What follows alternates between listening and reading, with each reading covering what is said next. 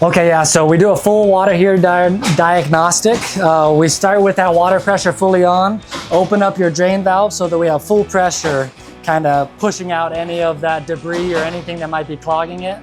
Once it's flowing good, we'll shut the water off. That kind of airlocks the tank, so you'll barely get a dribble out of there. That's when we exercise this temperature and pressure valve. It lets a little bit of air into the tank so that we actually start draining. Otherwise, yeah, like I said, it airlocks and you'll barely get a dribble out of there. So yeah, then once it's completely down, we'll turn that pressure back on with that drain valve open. Again, just kind of pressurize everything, try and get all that gunk out of the bottom of the tank. Once it's flowing good again, we'll shut off the drain valve, let it fill all the way up. We know when it's full when we get a little bit of water out of that temperature and pressure valve.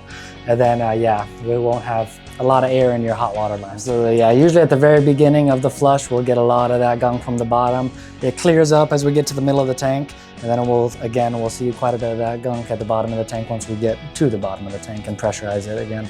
Sediment buildup, yeah, mineral, calcium, minerals. Yeah, I mean, usually the concerning amount is opening this up full blast and nothing coming out. Sometimes that sediment builds up enough that you won't get any drain at all. So at that point, it's definitely a concerning amount. Usually, I mean, I don't think there's ever been a water heater flush where we don't get some sediment out. Arizona's got such hard water, it's almost a guarantee there's gonna be sediment. The main thing we're looking for in these flushes is rust. If there's a lot of rust in the tank, it means that your inside tank, the porcelain lining that actually holds that water, is cracked somewhere. It's hitting the steel jacket and it's rusting. There should never be that rust inside the tank.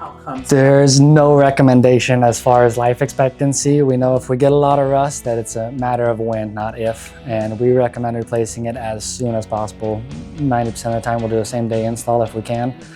Because yeah, there's no telling. I mean, we have a general idea of what comes out of the tank, of the inside of the tank condition, but there's no telling unless we cut the tank in half, and then at that point there's no using it again.